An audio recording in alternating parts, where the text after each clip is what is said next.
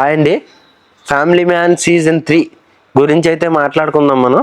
మీ అందరికీ తెలుసు family man season 1 season 2 ఎంత బిగ్ హిట్ అయినాయో. అలాగే ఈ సీజన్ 3 ఎలా ఉందన్నది నేను మీకైతే చెప్పబోతున్నాను. మీరు ఎవరు స్కిప్ చేయకుండా ఎండ్ దాకా అయితే వీడియో చూడండి. అంతకన్నా ముందు ఒక మెయిన్ విషయం అండి, మన ఛానల్ ఎవరో సబ్స్క్రైబ్ చేసుకోకుండా అయితే చూసేస్తూ ఉన్నారు. సబ్స్క్రైబ్ చేసుకుని చూడండి. అలాగే లైక్ షేర్ చేయండి. దానివల్ల ఏమవుతుందంటే నాకు ఇంకొంచెం వీడియోలు బాగా చేయడానికి బూస్ట్ అవుతుంది. అలాగే ఇంకొంతమందికి నా ఇన్ఫర్మేషన్ షేర్ అవుతుంది. ఇంకా లేట్ చేయకుండా వీడియోని అయితే స్టార్ట్ చేద్దాం. Don't forget to like and subscribe. First family man season 3 కన్నా 1-2 గురించి అయితే మాట్లాడుకుందాం అండి. సీజన్ 1 సీజన్ 2 చాలా బాగుంటాయి. సీజన్ 1 ఫస్ట్ మనం చూసినప్పుడు ఏముందిరా సీజన్ 1 అని అనిపిస్తూ ఉంటుంది. ఇంటెన్స్గా వెళ్తూ ఉంటుంది. అసలు ఆ జేకే ఎవరు, అసలు వీళ్ళు ఏ మెషిన్ మీద వర్క్ చేస్తున్నారు, అది ఇదని. ఆ తర్వాత సీజన్ 2కి వెళ్ళేటప్పటికి సమంతాన్ని ఇంట్రడ్యూస్ చేశారు. అంటే సమంతాన్ని చూపించిన విధానం బాగుంటుంది. సమంతకి ఇచ్చిన క్యారెక్టరైజేషన్ కానీ, ఆవిడ చెన్నై తరపున అంటే వాళ్ళ స్టేట్ తరపున ఆవిడ ఒక మావోయిస్టుల గ్యాంగ్లోకి చేరటం, ఆ సీన్స్ అన్నీ చాలా బాగుంటాయి. అక్కడ మనం ఇంకొంచెం అంటే 1 మీద 2 ఇంకొంచెం ఇంటెన్స్గా ఉంటుంది. కానీ ఆ తర్వాత వెంటనే సీజన్ 3 వస్తుందని చాలామంది ఎక్స్పెక్ట్ చేశారు. దాన్ని ఆఫ్ చేసి వీళ్ళు రాజ్ అండ్ డీకే వాళ్ళు సిటాడెల్ హనీ బనీని అయితే తీశారు. వీళ్ళు అప్పటికి మనం రివ్యూ ఛానల్ పెట్టున్నాం లేదు సరి గుర్తులేదు. కానీ సిటాడెల్ హనీ బనీ తీసినాడు. అందులో కూడా చాలా యాక్షన్ సీక్వెన్స్లు అవన్నీ సమంతాన్ని పెట్టే తీశారు. చాలా బాగుంటుంది.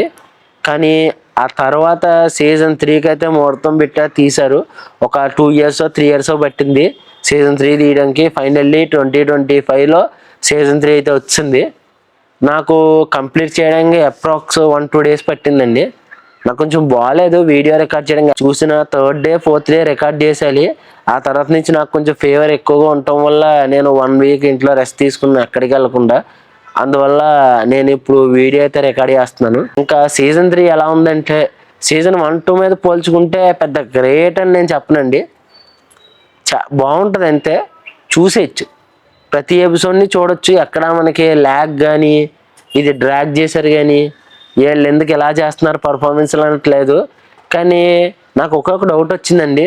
సందీప్ కిషన్ గారిని ఫస్ట్లో చూపించినప్పుడు ఈయనే సందీప్ కిషన్ అన్న డౌట్ వచ్చింది నాకు.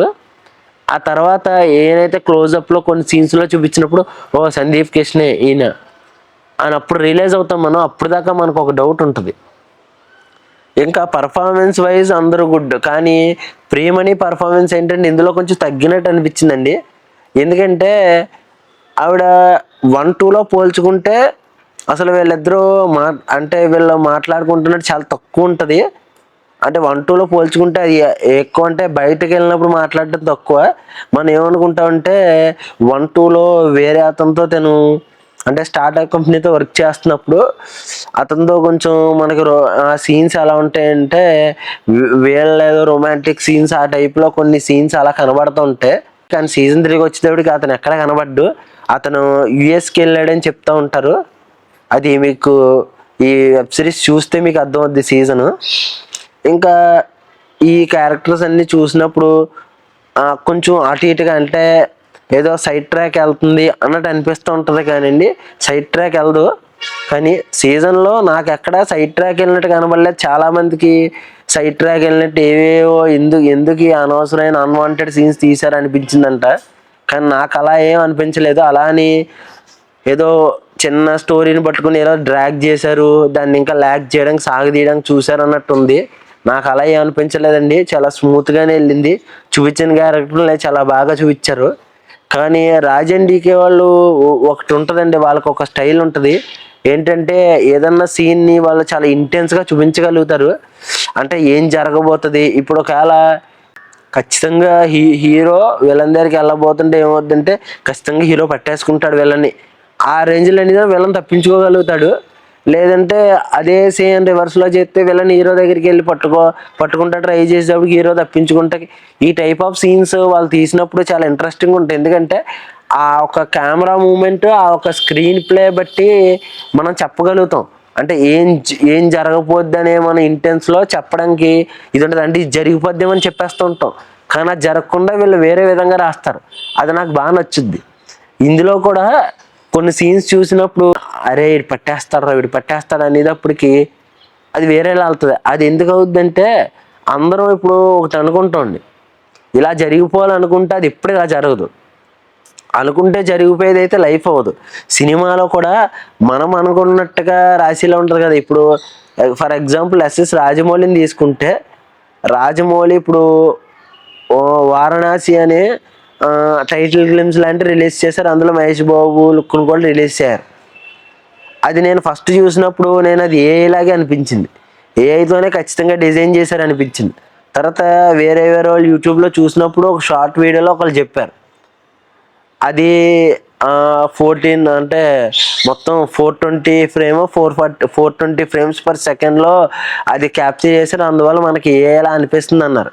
ఎంతవరకు నిజం మనం చెప్పలేదు, ఎందుకు చెప్పలేం కూడా. ఎందుకంటే రాజమౌళియే స్వయంగా వచ్చి ఆ పోస్టర్ మీద ఆయన అప్పుడు ఆ టైటిల్ ఫిలిమ్స్ రిలీజ్ చేసినప్పుడు మేము ఇన్ని ఫ్రేమ్స్లో తీసామని ఎక్కడన్నా మనకి చెప్తే తప్ప మనం అంతా చేయలేం. ఇది ఓన్లీ గెస్ మాత్రమే. వాళ్ళు చెప్పింది కూడా నిజమే అని నేను అన్నాను. వాళ్ళకి ఎక్కడి నుంచో సోర్సెస్ నుంచి వచ్చి ఉంటుంది, దాన్ని మనకి ఎక్స్ప్లెయిన్ చేశారు అంతే. ఇప్పుడు నేను కూడా సినిమా రివ్యూని ఎక్స్ప్లెయిన్ చేస్తున్నాను. ఇంక కమింగ్ టు ఈ సీజన్ 3కి వస్తే ఓవరాల్ అన్ని పర్ఫార్మెన్స్లు బాగుంటాయండి. ఎక్కడ మిమ్మల్ని బోర్ కొట్టించదు, ఈ క్యారెక్టర్ ఎందుకు వచ్చింది అన్న ఇది కూడా ఉండదు. కానీ ఏంటంటే మనకి ఏమనిపిస్తుంది అంటే ప్రతి సీజన్ చూసినప్పుడు ఒక ఎండింగ్ ఉంటుంది, ఆ ఎండింగ్ని నెక్స్ట్ దానికి కనెక్ట్ చేసేలా అనిపిస్తూ ఉంటుంది. కానీ ఈ సీన్ ఎలా ఉంటుందంటే ఎండింగ్ ముందు అంటే క్లైమాక్స్ ముందు ప్రీ క్లైమాక్స్ ఉన్నట్టుగా ఎండింగ్ ముందు ప్రీ ఎండింగ్లో వీళ్ళు కరెక్ట్గా చెప్పేస్తారు ఏం జరగబోతుంది అని అనేటప్పటికి. అంటే జరుగుద్రా అనుకుంటాం మనం, వెంటనే ఎండింగ్ వేసేస్తారు. అది ఏమవుద్దంటే మనకి అన్ఎక్స్పెక్టెడ్గా ఆగిపోయింది, ఎండింగ్ అన్ఎక్స్పెక్టెడ్గా అప్ చేస్తారు అన్నట్టు ఉంటుంది.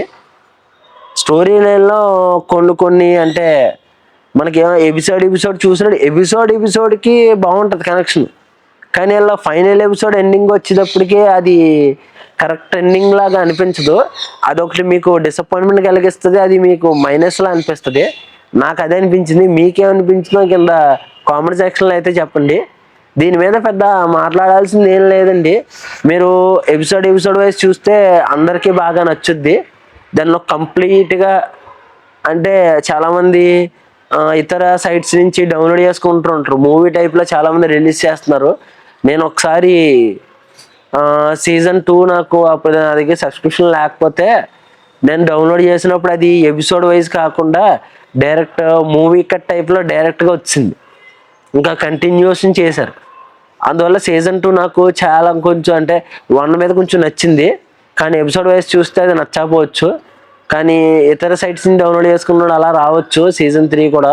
ఒకవేళ వస్తే మీకు ఎలా అనిపించిందో ఆ వర్షన్లో నాకు చెప్పండి. నాకైతే ఎపిసోడ్ వైజ్ చూసినప్పుడు ఓకే గుడ్ అనిపించింది అంతే. మరి సీజన్ 1 సీజన్ 2 లాగా ఎక్స్ట్రాడినరీ అని అయితే నేను చెప్పను.